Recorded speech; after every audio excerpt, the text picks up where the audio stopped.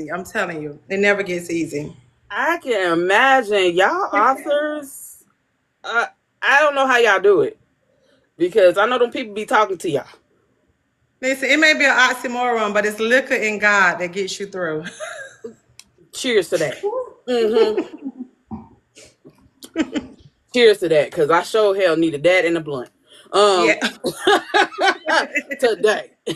But let's get to it. So I want you to introduce yourself, tell us who you are, and what genre you write in. Okay, so I'm Charity Shané. I know that's a bit mystery with everybody, but it's Shané. My mama was fancy with the accent on the E. And I write anything Black romance is what I say, because it could be a little urban at times, it could be a paranormal, it could be suspense, but at the core of it all, it's gonna be Black love and Black romance. So I'll say I'm a Black romance author. That's what's up. You the first author Yeah. that said that. Yeah, You were that's the what first author that came on here and just said that's what it is. it's what it is. Okay. What inspired you to start your journey in as an indie author, and what inspired you to want to do traditionally published? Because you do have a traditionally published book. I do. God has been very good to me in my short writing career. But I actually wanted to be a writer a long, long time ago. With my undergrad, I was an English major. I did go to law school, but I was an English major at its core. I took a course, Black Women Writers, at the University of Florida, and it just opened up my eyes to what I didn't know existed. I mean, because and I'm a little older, so back then education was very rigid, and when it's tracking back that way now. And so you were given a very limited view of what you can take. So when I got to college, I made sure to take Black women writers, every type of African American specific course that I could within my major. But Black women writers was a course that just opened my eyes to Black women writers that I had no clue about, and I soaked it up. I read everything and I was like, oh my God, I love this, because it was us in every space: historical fiction, romance, urban fiction, nonfiction. It was just so much. And I was like, I want to write a book. So I actually wrote a book. It was horrible, but it's my first book. I wrote it on my brother word processor, girl. So it wasn't no computer. It was a brother word processor. Oh my Wrote this God, book. I haven't heard one of them And long yeah, ass. that's how old I am. And it kind of spread around the dorms and stuff. And I was like, oh, that's good. And I was like, I'm gonna be a writer. But then it didn't happen. I went on to law school, did my career, and then COVID hit. And as a dean, I'm a dean at a college, and so when COVID hit, we were home. And so I don't know about you, but I know during COVID, nobody gave 8 hours. I don't care what you say. When you was working from home, you gave a few hours at that job, but you had other time. And so I decided to finally write the book that I've been said I wanted to write so many years ago. And so I wrote it, and I just started sending it out. But I said this with Casey Mills because she was one of my favorite Black authors, and lo and behold, she has a publishing company. So that's the one contact that I was excited to get. And so she reached out to me, and she was like, "Is this what you really want to do?" We had a long conversation, and I'll never forget. I love Casey for this because she's so transparent. She was saying, "This is the industry. I don't want you to have any high expectations. Know that it's going to require work. Is this and this." I mean, she's just giving me her whole heart and soul. And I literally was in my office at the time. So I took the call because it was Casey Mills. I saw the number. I'm like, this can't be. I took it. And so she's going on and on. I'm literally on mute screaming, "Oh my God, it's Casey Mills." So I didn't even hear what the woman was saying because it didn't matter what she said. I was going to go with her. So, and then that just happened. And I'm lucky because my publisher is, when the door opens for her, she opens those opportunities for us, her writers. And I think that's how I ended up with my traditional publication, because the door was open for her for Black Odyssey. She told us we can pitch it, we can write a story and see if it get picked. And I went forward because this is my retirement plan, as I call it. I've been a dean in college for over 20 years, and it's time for me I love that. I love adult education. I love my career, but I'm ready to do something now that's just my passion, that I just love doing and don't have to think about. And so I'm just trying to be very consistent and just take every opportunity that comes my way, because this is what I want to do. This is my end game. I love that. So what were some of the biggest challenges you faced when self-publishing your book? So I was with Casey. So it's still indie. She's an indie publisher. The biggest challenge for me is, as I mentioned, I'm an English major, so I'm more of an academic writer. And so I turned in this 80K book, and in my mind, listen, it's perfect or whatever. And I was like, oh, this is wonderful. And so Casey read it, and she had her beta readers read it, and she was like, it's a good story, but it reads like a book report. Ooh, that shattered my whole spirit and soul. Do you hear me? And I thought, what? I'm an English major, but but it's different. Academic writing and writing for people to feel is two different things. And so that was a hard pill for me to swallow. And that's just pride. That's nothing but pride. Yeah. And so she said, do me a favor, listen to the book. Don't reread it, because when you reread it, I'm going to correct any mistakes or overlook it, because my mind and brain are going to do that. She said, listen to the book. And boy, I listened to the book, and everything she said was spot on. And I just had to take that criticism. So I think that was just the hardest part. But it's just realizing that this is hard, but because I know this is my end game, I don't treat writing as a hobby. I already treat it like it's a career. So I don't care how tired I am. I have to write 1,000K a day. And for me, with my full-time schedule and everything, that is a commitment, because I work a lot. But that's a minimum. But I just have to make sure I'm writing every day. If I treat it like a hobby and just do it when I want to, it's not going to be, I won't be consistent. So I have to write every day. I don't care what happens. I have to write something every day. So just trying to maintain that regimen is probably the hardest part. That's a lot of work, though. That is a lot of work. So, as a Black author and in the Black space, trying to branch out into a bigger audience, how have you built your audience and gained visibility? I'm still doing that, and I would say the things that I've employed is, number one, trying to be consistent, because I mean, think about it. I wrote a book. I'm Charity Shané. Who in the world knows me besides my family? So you write a book, and it's a million authors out here. It's a million creators that's writing. So, and only the way for you to be seen and heard is you got to be present. So it's very opposite for me. As an academic dean, I wasn't on social media because I never wanted my students to find me. So now I had to get a social media presence. So it's just doing whatever is necessary to be present. And so I had to do that. That's something that I didn't do. So I would say sometimes being uncomfortable to get comfortable in the space that you are. And the uncomfortableness doesn't mean doing anything outlandish or beyond your scope, but just doing something that you wouldn't normally do, because that's necessary. Because you would do that for any job. I mean, you may, I always think about this. My assistant, when I hired her, she had on turtleneck and long sleeves, and it was the dead of summer in Houston. That's 132 degrees. And I thought, why is she dressed like that? But then on the first day of work, she was open. It was because she was covering up every tattoo, because in her mind, I was going to be uncomfortable for that interview, because I didn't think I would get the job for that. Now, I was okay with that. I don't care about stuff like that. But sometimes that means you're just doing something that you won't normally do, but that's what's required to make it in this industry. So for me, just getting on social media and just being consistent. Again, writing every day, make sure I'm putting something out and I'm posting anytime. I mean, when I first got out, if they put in a group, I want a book where there's a single mama. If I got one on page 3, I'm going to put my book, okay? Because I have to do something to get myself known and get in this space. So it's just bulldozing your way in and being consistent. I'm sorry. What made you want to pursue traditional publishing, and even if it's indie, because regardless, it's traditional publishing to me. Yes. What made you decide that traditional publishing after being indie was the success you wanted? Because I think with any career, you reach a plateau.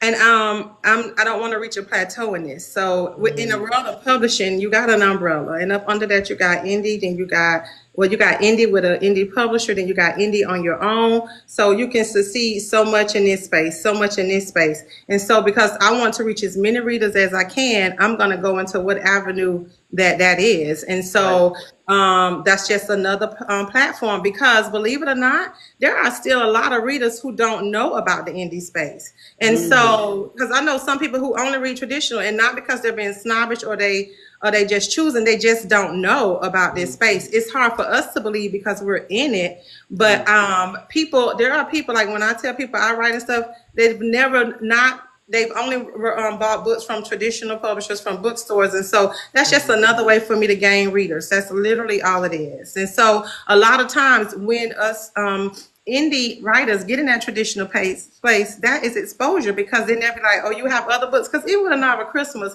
I've been on some interviews and they'll say, oh, you have other books? Yeah, I do, but they didn't know that because they only read in the traditional space. So then they may read my books and then get exposed to this indie side of publishing as well. So it's hard to believe, but there are people who just don't know about this space. So it just gives me an opportunity to gain more readers.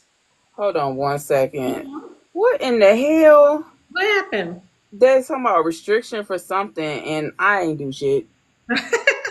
I ain't even do nothing. Jeez. But anyway, do you feel like traditionally publishing has offered you opportunities that indie publishing couldn't? I don't necessarily think couldn't, but may not necessarily have an end to that door. And I don't think it's just because it's couldn't, because it's still some, like in every club, there's a good old boys club, there's even in traditional. So it's not that, it's just that they're not able to put that foot in the door. And that's one thing with Black Odyssey was, it's a Black imprint of a bigger publishing house. And so that was a way for us African Americans to get into that door. I'm thankful for Shawanda for that. But I just think in any space, sometimes you just have doors that aren't naturally open for you. So it's allowing those doors to be open for us. And it's just because you don't know to connect to go into that. People are very, very secret. There's, trade secrets. And so you don't know that, oh, this is the person that's in that world, because it's just closed to you. So it's just a closed door that we're gradually breaking through. Mm.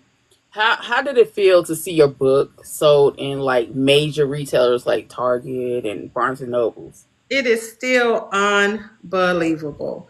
I mean, unbelievable. I was at the Chicago Urban Book Festival when my book got into Target, and my editor Nicole, she's from Chicago. She drove me to the Target so we could go find my book before I came back to Texas. But it's amazing because it's just something that's not everybody is fortunate to do. And so I'm just blessed. I'm nothing but blessed. That's it. And it feels good.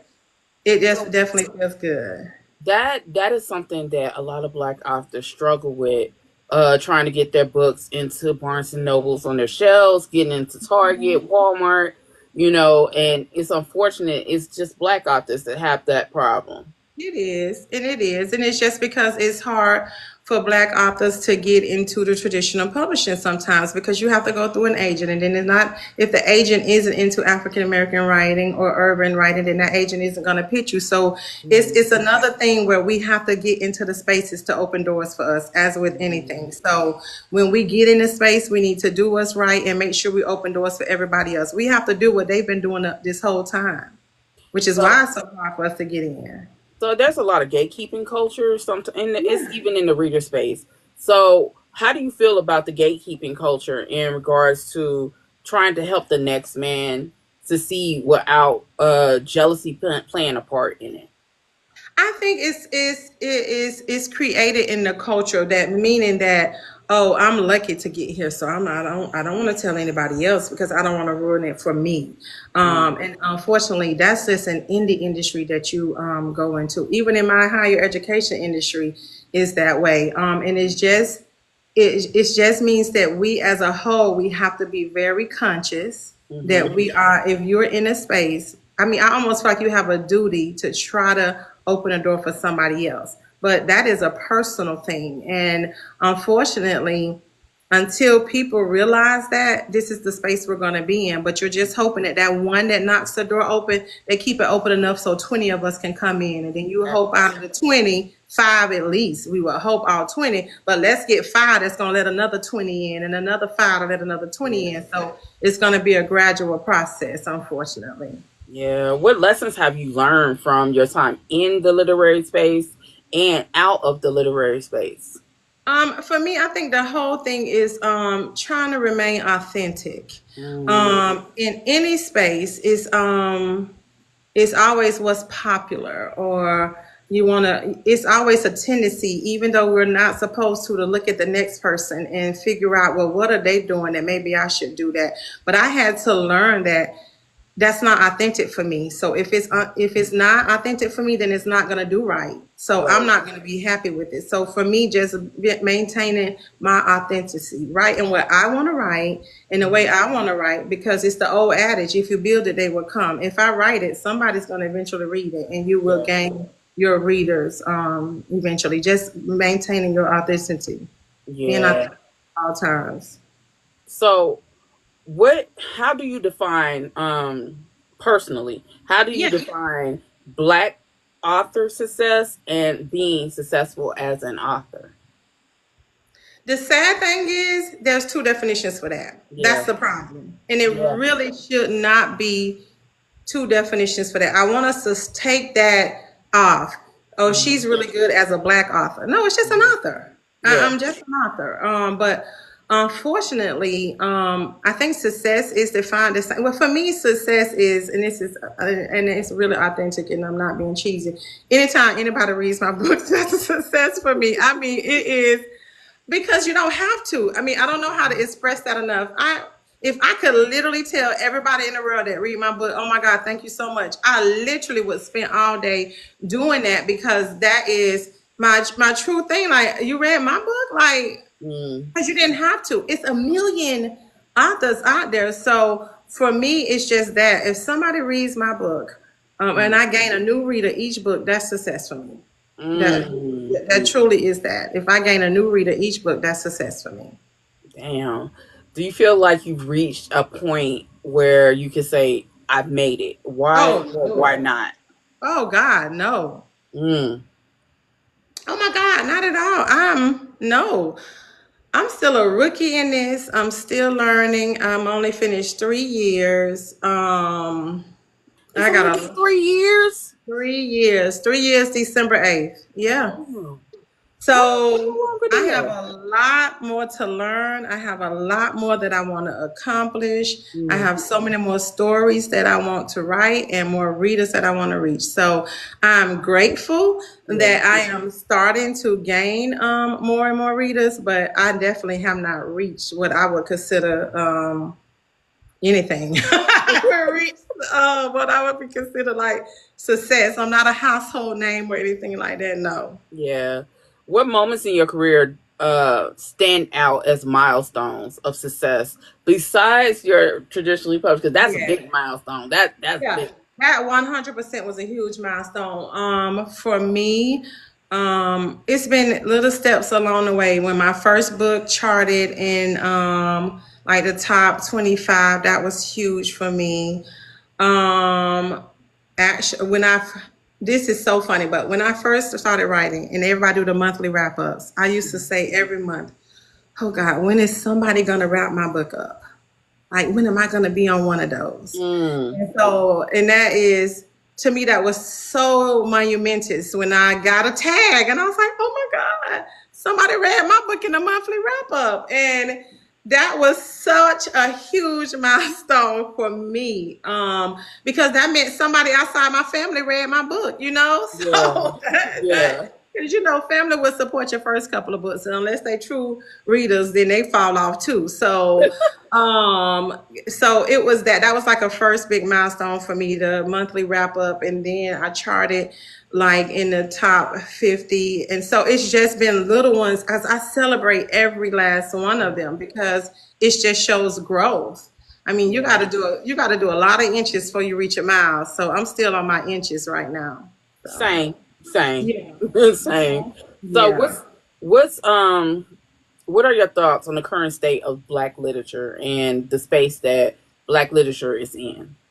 It is ever changing Mm. all the time. And I think right now, I love the fact that we are getting more Black stories out there, because it's a lot more out there than when I, was reading when I told you I took that college class. So Yeah. I love that evolution, that we have more voices. We are tackling now what some would consider to taboo subjects for Blacks. I mean, we are actually showing us in every space, in everything, because in every place there's a black person, whether or not the world tries to snub us out of it in any way. But we're seeing it now in different books. I mean, we're expanding occupations in books. We're Yes. expanding the genres. We are just showing them that we are black and we are in every space. And I love seeing that for us. So I think that's a big evolution Yeah. right now for us. I mean, because you got to remember, one time it was just only about two erotica black authors out there, and Yeah. now, we only had one or two writing paranormal back in the day, and look at that now. I mean, and now the dark romance. I mean, we are just showing up and showing out in every space, and I love that. I think a lot of times that black authors thought they could not write these certain things because it was so whitewashed and Yes. so Eurocentric that they just thought, I can't write like that, or people are not going to read my books, even though I know I can write that. And I love the fact that y'all are like pushing forward and saying, man, Yes. fuck that. I'm finna write this. I'm Yes, finna they write are this. pushing the pen, and I love it because we exist in all of those spaces, so we might as well write about it. Yeah. Yeah. So do you feel like black authors are getting the recognition and opportunities they deserve outside of the black space? And you know what? I just think this world is going to be, unfortunately, always unequal in that Mm, aspect. So I think we're getting a little more, but can it always be more? Absolutely. Because mm, I don't care how much we get, it's going to always be room for more, because we yeah. start out at an uneven space anyway. So we're already here. So when they give Mm, us this, that's wonderful, but we still got this much to go. So I yeah. think that it's going to always be a disparity, but we are taking strides to close that gap, but it's going to always be a gap, unfortunately. For sure. I mean, reading rights didn't happen until like what year was that? And then you have that. Then you had black authors really tapping in to like street lit in the 50s and 60s. And then urban fiction then come around to the 90s. And Yeah.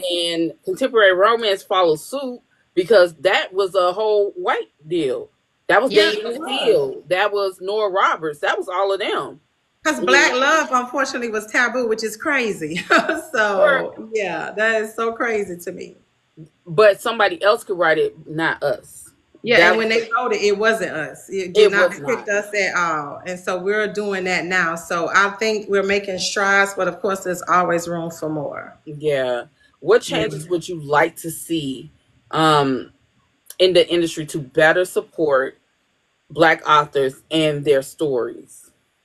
I think if we just as a collective realize that there's room for everybody and Hmm. we ourselves, but again, it's just kind of how it's bred that we are naturally competing with ourselves. If we could take a little bit of that away, and Mm, if, I think if more of us get into those spaces where we can let us more in, that would be definitely beneficial. We can get more blacks to be literary agents. If we can get more blacks to be editors, if we can get more blacks trying to get their own imprints on these other publishing houses, so we can get a point to there is not even a distinguish. I would love if there wasn't a distinguish between indie and traditional publishing, if it was just publishing. yeah, that Yeah, that would make more sense. yeah, But here we are, even though segregation is allegedly over, it's still yeah, there. It's still yes. there. Now you have taken a journey in many genres, and my favorite one was your paranormal. Yes, paranormal. I know you are a paranormal girl. I love that. I love that. How is it going through different genres and writing these stories and being authentically yourself with the black stories that you write? Oh, I'm sorry. Somebody called and it made you mute. I Oh, had to end the call. Repeat it. I'm sorry. you have. I said you have tackled a lot of genres, and Yes. how do you maintain your authentic self writing these black stories within the genres without um taken away from yourself as a black woman and taken away from yourself as a black author? Because again, for me, I'm gonna always. it's about being authentic. So I'm literally gonna always write about a strong female, and even if she have moments of weakness, she's still gonna be strong. I never try to buy into any stereotypes of us. That's just me. But I'm gonna write that. I'm gonna write a loving black man because society loves to portray that we don't have those, and I'm gonna write a loving black man who's gonna be down for his woman at all times. So I think it's just a matter of making sure that we're black in these spaces. Because believe it or not, it's so easy for me because anytime I imagine any of this stuff, it's always black in my head. I don't see it any other way. If it's a suspense, it's black people. I mean, in my mind, in all these years, werewolves have always been black to me. So I don't even know, like, nothing about them doesn't scream a black man. So I don't even know how I say that all the anything has time. ever pictured them as non-black. That's so crazy to me. Like in paranormal, werewolves, even as a child, they have always been black men to me because that's what a black, they act like black men. So I say that all the time. yeah. Werewolves, orcs, because orcs to me is a black man. Yeah, They, they just make them ugly, but Yeah. they're not ugly. They're Yeah. black. That's a black man. Now the only people I say is white is vampires. Yeah. That unless they specifically say they're black, they the ones that I be like, that's some Twilight shit. Yeah. Yeah. But even we can make them black too, because it's just that it just doesn't exist for me outside of them being black. Because there is not one thing in my mind that a black person cannot be in that space. So facts. And I say this like I just wish more black authors took on more because we have so many cultural stories of mythological creatures that from gargoyles to vampires to sirens, mermaids. I just want to see more blackness in paranormal, speculative fiction, and supernatural. Because we have more stories than the average people. Yeah, because in my mind, everything came from a black woman. So clearly, all of them had to eventually say in some form be black or another. So exactly.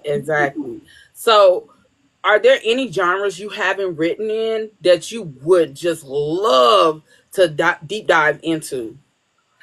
I always say dark romance, but I don't know if I could pull that off. But I'm intrigued with dark romance, so I'm intrigued with it. I'll just put that pen in there. But so I think that I love dom and subculture, but I love more for a dominatrix. So.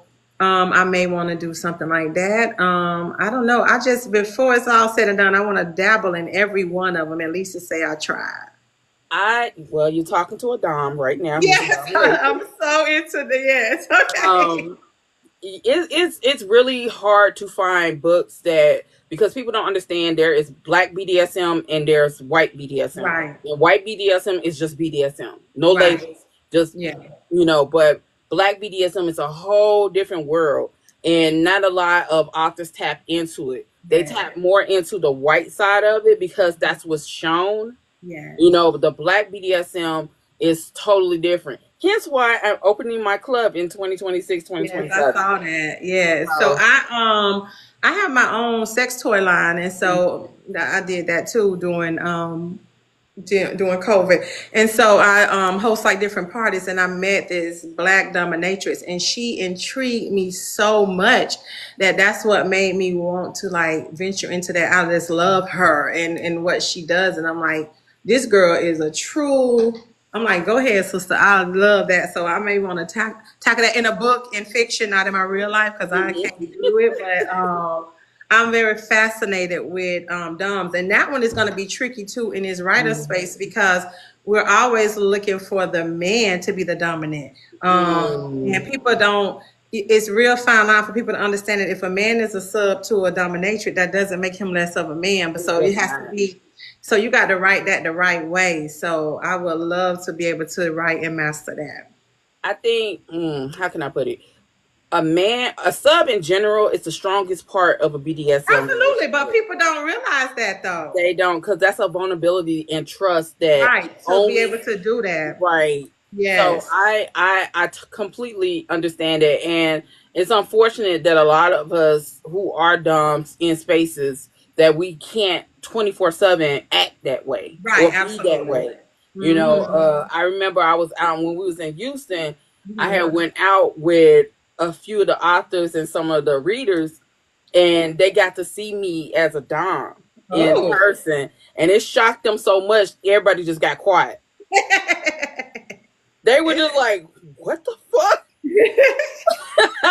Because they never seen that. I said, Right. "It's I have a switch." I said, "What y'all see is just the normal." And then when I am in my element, it Yes. switches. So it's unfortunate that you have to do that because society does not want Black people to have freedom over their agency. They don't want Right. them to have freedom over their sexuality, and they Absolutely definitely not. don't want us to be empowered in any type of way. Right. In any way. Absolutely. So. So if you write one, I'm all for that. I'm all Okay. for that. Okay, Yes. and we're gonna have to talk offline because Offline. I Yes. I, I want to. You got that business. Yes. I want that in my club. Okay. We can talk. We could definitely talk. All right.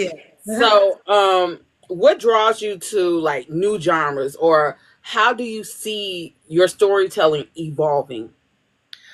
Because and I thank God that I'm still in this creative space where I mean I literally have a million stories that I could write, but I'm blessed that I could be in a restaurant and see a couple, and in my mind I've made up a whole story, lifestyle, and everything for them. And because I'm grateful that I'm still able to do that, and I pray that never stops. But I've been that way since a child. Mm. But I just didn't know how to harness it. And I think now that I figured out how to harness that, I'm just hoping that it stays that way. So, and again, because this is my end game, I am willing to almost try any genre to see if I can do it. And even if I never publish it, it's to be something that say that I was able to accomplish it for myself. So I will try just about anything within bounds. But yeah, so I'm always willing to dabble and try something new.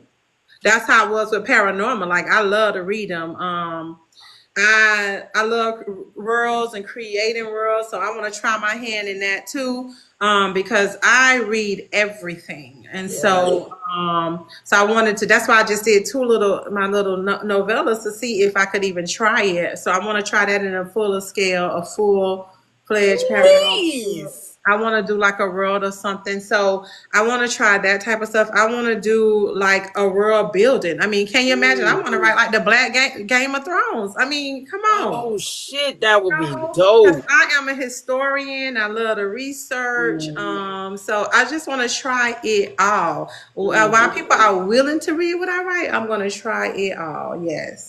I love your writing style, but like I said, I'm a paranormal girly, I know you are. I do know that. Yes. and those wolves. Every time you came out with a book, I'd be like, "Why is it so short? I I know wish you write some because more." I was just trying it, but I am gonna tackle a full fledged paranormal too because I love it. And it's so funny, and this is just the truth. I grew up purely in the church. I'm a church girl at heart, and it's so Yeah, funny because even when I wrote, I was like, "Lord, my family," and I'll never forget when I published my cover. I got a million pastors in my family, like everybody is. My cousins who are pastors were DMing me like, "Cuz, you all right? What is that? What do you know?" And it's so funny because so I had to realize I'm like, it's a creative space, yeah. guys. I'm clearly not worshiping this, like you would think. So it was just, I'm just not gonna let anything stifle my creativity. So that's what it is. I feel that. I feel that. So Yeah. let's talk about your newest book. Okay. Can you please give us a synopsis of that book, the title, and then I'll start asking my questions. The one that came out today or Jabari that came out last week? Jabari. Okay. Jabari. Okay. Jabari is for my MBA book. I mean, well, yeah. So I had one released today, Recipe of Love. What Yeah, the fuck? so KMP, we're doing a project for the month of love for February. Mhm. So I'll talk about that, then I'll go back to Jabari.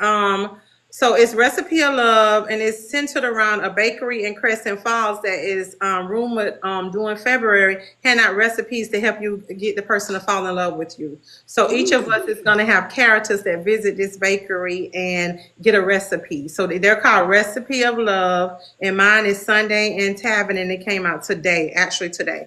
So you'll be getting those for the rest of the month of February. We'll probably be releasing every few days. So that came out today.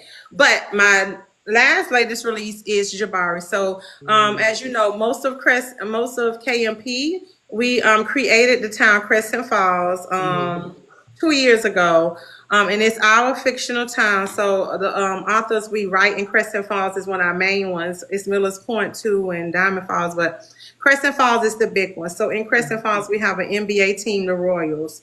So this book is about Jabari, who is the star shooting guard for the Royals. And so in Jabari, you're going to meet Jabari and Kennedy. And what I do have is two different people in two different walks of life who have been abandoned by a parent in some shape or form. And that abandonment shaped their life. So for Jabari, his mother chose a man over him and left him with his grandparents in Crescent Falls. So he ends up being raised by his grandparents, and through happenstance, he meets a man in the neighborhood, how Black neighborhoods are. They see that you're bad, you're a little badass with your grandparents, and this neighbor next door steps in and kind of jokes him and tell him you need to find something to do, and gets him on a basketball court. And that ended up, he's good at basketball, and he ends up being an NBA player for the Crescent Falls Royals. And they're in there vying for the championship ring. Then you have the girl Kennedy. She's in Chicago. And her mother actually, she got in a car accident, hurt herself, and the mother got addicted to drugs. And that addiction made her be, like really strung out on drugs. So she owed a neighborhood drug dealer, and she ended up settling the debt with her daughter, Kennedy, at 14. And she gives Kennedy to this older man, 10 years older than Kennedy. And he grooms her, literally, makes her think she's safe, treats her like she's part of the family until she's 18 and graduates from high school. And then it becomes an abusive relationship. She's a prisoner and she's miserable. She's absolutely miserable, and she needs to get a way out. And thank God for different people in her life. She's able to escape Chicago and come to Crescent Falls. And she ends up going with her cousin from Chicago too, who got away from Chicago a while ago. And her cousin's husband owns a tattoo shop, and Kennedy can tattoo. She's a natural artist. And she can tattoo, and she ends up doing a tat for the NBA champion Jabari Hicks, and the two of them form a love relationship where they're healing each other. They're filling the voids created by their missing parents, and it's just a beautiful love story on how two broken people come together and heal each other, and they go through some things, but in the end, it's a happily ever after. I just want to let you know, I know I do my book reviews, but I started my website and I do my blog where I talk about books. I just want to let you know the next book will be your book on my blog, because when I say from the beginning of the book, you had my attention. You explore found family. You explore the dementia. You know, having to deal with dementia as a family member. You explore violence that grooming that is really known in the Black community. You explore the violent side of being a woman in this society. You know, drugs, parents that will choose another over their own child. Over their own child, absolutely. These are like topics that are running rapid in our community, and I just love that. And the way Jabari's like, yeah, I play basketball, but I'm still a Lord. Yeah, he is a Lord. On Lord. He's a Lord. Be like, oh Lord. Oh Lord. I told my daughter, because I live in Chicago, so I told my daughter, I was like, they call themselves the Lord. She said, the Vice Lords? No, not Vice Lords. Wait, what type of game making is they doing? Yes, not the Vice Lords. He is a Lord. On Lord, he a Lord till he die, for sure. Because that's who saved him. Even though his found family was a game, but even with him being a Lord, when they were coming up, they never let him do the bad stuff because you were the one. Like everybody's, you know how it is in the hood. You're chosen. That's one Yeah. of the chosen ones. He and everybody knew he would make it, so they wouldn't even let him do too much because you still an NBA player at the end of the day, and that's your route. And his other friend, your route was to be the rapper, and so. Yeah. But that was his family, and they saved him when he needed to be saved. So on Lord till he died, absolutely. But the thing that that it was one particular part that I love so much when you was talking about how he got yoked up for Yeah, disrespecting his grandma. absolutely. Older black man saw that and was like, "Wait a goddamn Wait a minute! minute, You ain't about to absolutely. sit up here and disrespect your grandmother like that or a woman. At What the hell is all. wrong with you?" And And I grandma love shut the that. door on him because that's what we did. About if I can't handle you, somebody else will. And when he got yoked up, he yelled for his grandmama. She loved him to death, but I got to close the door because that man, you need that man to handle you, right? And it used to be like that back in the day. Absolutely. Back in the day, I used to go to school. If I got in trouble, the teacher would call my mama or my daddy, and that teacher would give me that licking. Yes, And then my absolutely, parent would come up to the school and give me another one. And then I had to sit there with absolutely. tears in my eyes. So and make you stay there, Yeah. absolutely. Yeah. Hmm. And I love that. And that is not, and a lot of people will say, oh, that's stereotype. That is real life. No, That is real life. that's it takes a village right there. That's what That that means. that Yeah. is real life. And Hmm. so I want to ask you this. A lot of readers, not a lot, but in general, there are readers who are black and they say, oh, when you mention anything that has anything to do with any urban setting or any urban topics, they be like, oh, that's trauma love, that's struggle love, that's this, that's that. How do you feel about people that complain and say these things as an excuse not to read black authors?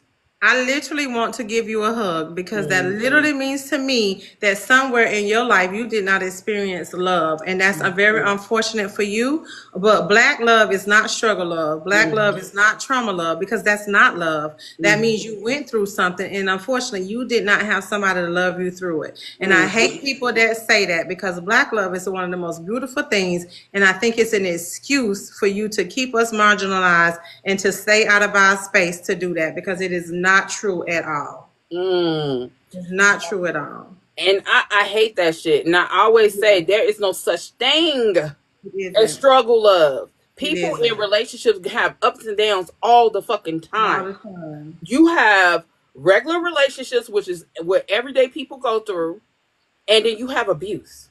Yeah. And Y'all are that's trying in to every, equate. and that's in every, and that's just not black. And that's so ridiculous. So, Exactly. So are you yeah. calling those traumatic things that's happening in these other books struggle love? Right. No. You're No. reading them and being like, oh my God, this is the best goddamn story I ever read. And unfortunately, we're just buying into the actual stereotypes created by the majority. And that is Mhm. sad. You should know better than that. Absolutely. Yeah, I fucking hate that. This is Yeah. Black History Month. This is a whole different type of Black History Month due to the political atmosphere. But Absolutely. as a black author, being that it is Black History Month and a lot of the banning of books and stuff like that, from school books to romance books, how do you feel as a black author in this climate, in this time frame, about being a writer when you got people who want to take away your livelihood, take away these stories that are relevant to the black culture? It's with anything. Every time they try to take something for us, we have to stand strong. Mm-hmm. And you know how they say, if you don't stand for something, you'll fall for anything. This is a Mm-hmm. time that we love to say stand on business. Well, really, we need to be standing on business right Mm-hmm. now because you can ban us all you want to, but if we are still writing and our readers are still reading and supporting, then we're forcing our way to be here. And I think, yes, it's Black History Month, but to be honest, we should be Black History 365. And Right. so, especially now in the culture that we're in, now is the time to be truly, we got to go back to when you're supposed to be black, loud, and proud. That's what we should be right now. And I think we've gotten a little complacent in that. And Yeah. right now is the time where we definitely cannot be complacent with it. So it's time to go back to being black, loud, proud, and strong. And that's it. So that means keep telling our stories that are not struggle, that are not trauma. Keep showing us that we belong in every space. Keep writing about every form of being black and every form of black love and what black community looks like. Just be so black till they can't stand it. That's what we're gonna have to do. Ain't that the fucking truth? Ain't Hmm. that the fucking truth? So, do you think that as being black in a space of a constant evolving culture, because that's what we are, a constant Yeah. evolving culture, do you think being in a black space that we will be able to push for in the big three traditional publishing houses, push for and be on those lists and stay on those lists without someone trying to steal your intellectual property, steal your writing style, steal your personality? The thing is this, and as much as they try to marginalize us or say we're not important, if that is truly the case, why are you always trying to take from us and emulate what we do? And that's how you gotta know that what we're doing is right. So just keep doing it and keep being so prolific in it and so many of us in it until we can reach a point where it's just not the black space, till we are forcing our way into other space. It's just like I said before. If we get in the door, we need to let 5 more, 20 more black people in. So I think if we all just adapt that, then we can start minimizing some of that. I mean, especially now, guys, because we're gonna have to do it even more right now. When Yeah. everybody's trying to get rid of you, you got to keep showing yourself. You just got to Yeah. keep showing up, and you just got to keep showing up and keep showing out. And I think that's just what it is. So we got to keep writing. We got to keep showing them stories of black successful people. We got to keep putting out stories of black love. We got to keep putting out stories that are authentically black, where we're not changing it. She's black. She's getting her hair straightened. She's doing something. She's wearing her natural. She's wearing locks. We are black in anything, and we need to make sure we keep representing ourselves in our work and keep it again black, loud, proud, and strong. I mean, that's just how it's gonna be. I feel like this generation, nothing to anybody that is on here now, but this generation nowadays don't understand uh the trauma, the heartache that people before them had to endure to get to this point, because they'll look at somebody like Stephen King, they'll look at somebody like George, whatever the fuck his name is, Yes. and forget about Octavia Butler. Yeah. Absolutely. And they'll forget that the reason Christian fiction is a thing is because of the black church. Absolutely. It's not because some white person was like, oh, I'm gonna make a Christian story. Right. No, it's based off the love in a black church. Finding love in a black church. That's what it's based off. They don't understand that urban fiction is based off of street lit, which made Mafia, which is a Yeah. white, that's a white thing. Because Yeah. they took our gangs and our cartel shit and Absolutely. turned it into Mafia books. Same with the paranormal. We had so many stories from our culture, they took that and ran with it. So we just have to take it back. We just Mm. gonna have to do more of it, which we have been, because as I said, we're now getting into more of those spaces. We just got to continue to do it. We can't get complacent, especially now. We cannot.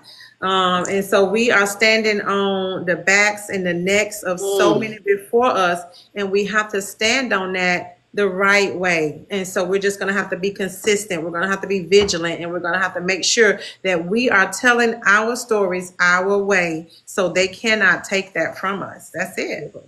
I'm sorry, that damn smoke from downstairs got Oh, my I can eyes imagine. watering. I can imagine. Um, so let me ask you this: how do you what what's the word I'm looking for? What inspired you? Who inspired you? And why did they inspire you? A lot has to do with my family is the basis of it, and then different people that I've encountered throughout my life. There are so many moments and people that just changed everything for me. So the first one was my grandmother. She had 9 kids. My mom's mother, 9 kids. She has a sixth grade education, but Mm. smartest woman that I know. Mm-hmm. Fifth grade education, and she would clean houses, and she would Mm. clean houses in the white neighborhoods, and a lot of the women, they paid her meagerly, but they would also be like trying to give her different stuff out of their house, and she would always take their books. Mm. Because education was something she was denied, so she would always take their books. So my grandmama was a reader, and Mm. she had a chest in their room, and it was filled with books. And so she read all the time. And I remember sneaking one of her books, Lady Chatterley's Lover. So that book, but she would read everything. And so seeing my grandmother with that, and she would always say she just wished she could have stayed in school. She wished she could have had an education. So that was the first thing. I'm like, I definitely have to do that. And so I was smart, because I've always been like, I was a nerd baby. My mama would tell you I would watch Sesame Street and take notes. Please don't ask why, but that's just how I was. And so, and then I remember third grade, they tested me for gifted and like wanted to skip me up because my class was so bad. And this is when I first, even at third grade, I realized I had 6 third grade teachers. And that's because all of them were white. We were a classroom full of black students, and they could not relate to us, and they labeled us as bad. And so we literally had 6 teachers. I'm talking about running from the portables, because we would have the portable, the class were out of the portable. We were running from the portable because these black kids were so bad. And then we had my 7th teacher came in. It was a black woman. Her name was Miss Burke. She walked in, and I'll never forget, this is the most professional black woman I had seen, and this has really left an impression on my third grade mind. She walked in a red suit and these red heels, and she walked in and she literally said, "You guys have ran away every teacher here. You will not run me away because I am you, and I want to make sure you get your education." That was Miss Burke. So that monument that changed my life so much till when I got to 12th grade. I get to 12th grade for orientation, and one of my classmates from third grade, Shanita, comes to me and say, "Oh my God, you remember that mean teacher we had third grade? She's teaching African American studies for 12th grade." And at that time, I already had all my schedule, and I went, and it was Miss Burke, my third grade teacher that influenced me so much. And she was like, you better go on to college, and you better do this." And so that made me be the first one in my family to go to college. I got my law degree. And so it was just always something. Then it was Dr. Deidre Crumbly at University of Florida who taught black women writers. So it's always been a black woman that has been monumental in my life that has inspired me. And so when I do anything, no matter what it is, if I'm going to be an academic dean, I'm going to be the best dean ever, because I'm another black woman that has been allowed in this space, and I need to do what's right, because sometimes you're the only black woman in that position you're going to see. I have a lot of students who, my students would come in and they'll be like, "Oh my God, the dean black." Like they will say that when they come to new student orientation. And I hear it, and that's right. Yes, I am. And so because I have been inspired by so many black women, I try to be that positive black woman and that black woman that's successful. So if I'm going to do anything, I'm going to do it to the best of my abilities. And that's even with this. So this is what I say I want to do. And so I just want to do that. So I want to make sure that I'm producing black stories that show us in a positive light, because we have to create our own narrative right now. And so even in a fictional world, we still are creating our own narrative. And sometimes the only exposure somebody may even have to black culture is a fiction book. So I want to make sure I'm showing us in a light that they cannot say, "I knew that's how they were." Yeah.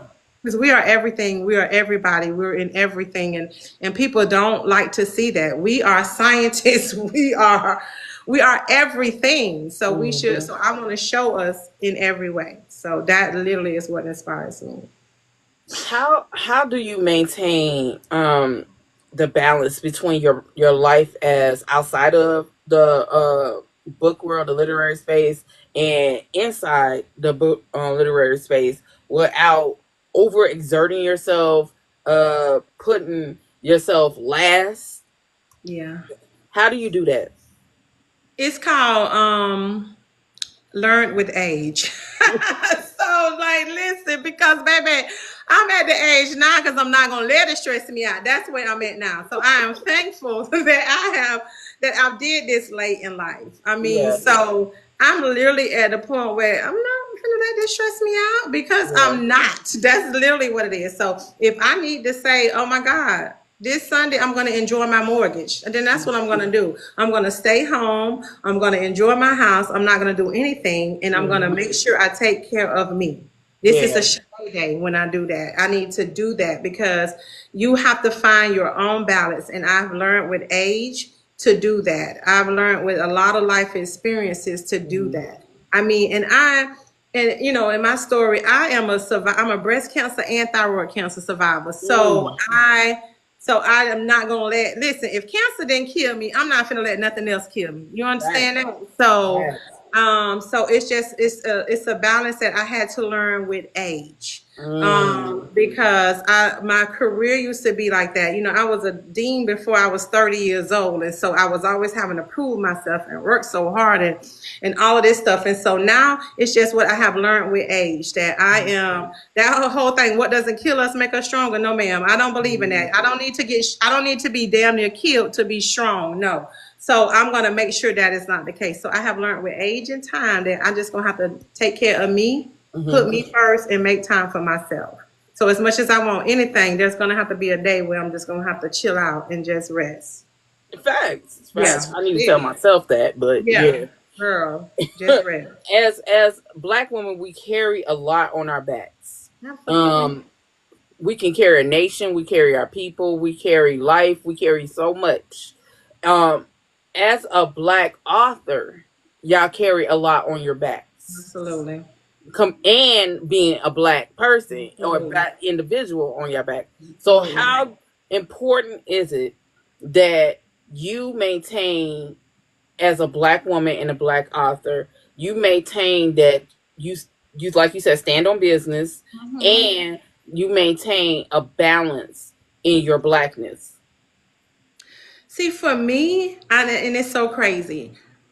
I don't have to maintain a balance in my Mm. blackness. It's not something that I can ever take off. Mm. So because of that, I am black anywhere and everywhere I go. And my Mm. blackness will enter the room before my Juris Doctorate degree will enter the room. My blackness will enter the Hear that. room before my 20 some years as in the academic space. My Mm. blackness enters the room before anything else. And so I balance that by knowing that at all times. And Mm. unfortunately, we have to be that way. So I have to know that when I step in some rooms, my blackness going to enter first. So I need to keep that in mind before I open my mouth and do anything else. So I have to remember the space that I'm in Mm. and maintain who I am and know that my blackness, I can't take it off. That's not a luxury that we have. No, it's not. You see that before you see anything else about me. I have to prove everything else. But you Mm. already know I'm a black woman. But everything else, I have to prove it. So what would you tell a black aspiring author, male or female? What advice would you give them? I would say just write number one. Write what you want. If you get caught up in writing what's number one or what you see is popular, then you're not going to be authentic. And unfortunately, that's going to show up in your writing because it Mm. does. If something is forced and it's not innate to you, it will Mm. show that. So just write and write and write. Mm. And if this is what you want to do, you have to study your craft as with Yeah. anything else. We have talents. People have natural talent, but you still have to do so. Kobe was naturally talented at basketball, but did he not practice every day? He Every did. day. So if this is what you want to do, you want to write, then you need to study your craft. That means you need to read more. You need to make sure you're doing what you're doing. So write, be authentic, be consistent, and don't give up or be discouraged when it's not what you want right off the gate. I think Casey had to tell me that. You're not gonna walk out the door a best-selling author. A lot of new authors come in there with that. And I literally had to keep in mind that don't anybody outside of my family in Lakeland, Florida know who Charity Shané is. So you better just keep pushing your pen, getting in these spaces, and putting your name out there and just be yourself and write your stories. That's it. Write your stories. If you can go back in time and give Yeah. yourself one piece of advice at the start of your career, Mm-hmm. what would it be? Oh, at the start of my career, I'm going to go back. Um, um, I don't know. That's a very hard question because I truly believe like if I made a mistake or did something wrong, that's how I am the person that I am today. So I don't never look at Mm. those as regrets because if that didn't happen to me, I wouldn't be this person that I am right now. So it happened to me because it was supposed to. And I obviously either learned from it or I'm an idiot and I keep doing it over and over and I'm suffering from it. So I would hope that I learned from it. So I think the only advice for me was, I told you, with me being a English major and an academic writer, I came in here thinking that my book was like, you couldn't tell me nothing. But baby, when Casey said, "Oh, that reads like a book report," she hurt my feelings so bad. So I think if I would have came into this with a clean slate, I think it would have been a little bit better. Because I had preconceived stuff and that got shattered for me, but I'm glad that it did. But if I could go tell myself something else, like, girl, no, you don't know anything about this. So that's what I would tell myself. Girl, you don't know anything about this industry. You better listen to you got blessed with a mentor and a publisher that does. You need to listen to what she says. Yeah, I would say that. Okay. Yeah. So I appreciate you for coming on here and speaking with me. Has been a very enlightening conversation. You are an amazing person. Thank you. I'm so happy you are still here with us. Yes, I am too, honey. I'm so happy. Listen. So I want you to tell all the readers where they can find your books, how to keep up with you, and if you have a Facebook readers group. Yeah, so I do have a Facebook reading group, Charity Shané Reading Group. That's how creative I was. But that's what it is, Charity Shané's Reading Group. That is on Facebook. On every platform, I am Charity Shané or author Charity Shané. I had to try to keep everything consistent. All of my books are on Amazon. I do have my traditional published book, A Novel Christmas. That's in Barnes & Noble and Target. And then you can get all of my paperbacks from me on my website, which is authorcharityshane.com. So literally, I'm author Charity Shané everywhere because it makes it easier to find me. But if you want to keep up with me more, the most is really through my my Facebook reading group. They know everything before everybody else does. And again, that's Charity Shané Reading Group. Okay. Mm-hmm. Do you mind if I do a little housekeeping? Yeah, go ahead. Okay. This your house. I'm a polite person. Yeah. For anybody that is looking for another Black podcast, please look up Booked and Busy. She has openings. Well, I don't know if she has openings because she is booked and busy, but she has a podcast called Pop Your Shit and Pop Your Ish. And you can go and DM her if you're an author or influencer or in the literary space and you want to be interviewed by her. It's an amazing podcast. You should go check it out. If you are an author who would like your book read online by Sisters Lit in Life that has their own podcast that they do reviews on the air. So if you are an author interested, please reach out to Shannon. She's big. I read books on TikTok. And also, if you are interested in a Black and POC book event, we have the Boozy Book Tour. We have multiple cities. I went in Houston, yes. we have multiple cities. Coming up now is Tulsa next month, which will be our first Melanin Ball. It's an ode to Black Renaissance. And it's also Harlem Nights theme, and it will be an award show. So if you are interested in coming, it's going to be in Tulsa, Oklahoma, and on Black Wall Street. So at the Marriott. And for the rest of the dates, just go to Facebook.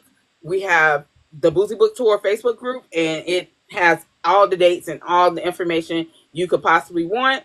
And if you're interested in seeing my podcast, it was on YouTube, Black Girls Hired Booktalk, and it's also on my website, which is in my link. And I also have a blog, so that I just started. And before my PR person get on my head, I have a Black girl social media content planner that I made myself. That is 3 planners in one for self-care, one for your goals, and one for your social media content, all in this book. It's located on Amazon for the physical copy, and if you just want it on your good notes on your book, it's She's saying the planner. It's located. It's located on in my link, and you can click and get it off PayHip, and you can get your own planner. Yes. All right. I think I cleared house. Yes, I would tell everybody I did Boozy Book Tour in Houston. It is boozy for a reason. Listen, baby, they had liquor on deck. So the time was had. So yeah, it's not boozy just in the title. It was liquor on deck. So it was a great time though. I had a good time. Yes. Boozy Book Tour is like a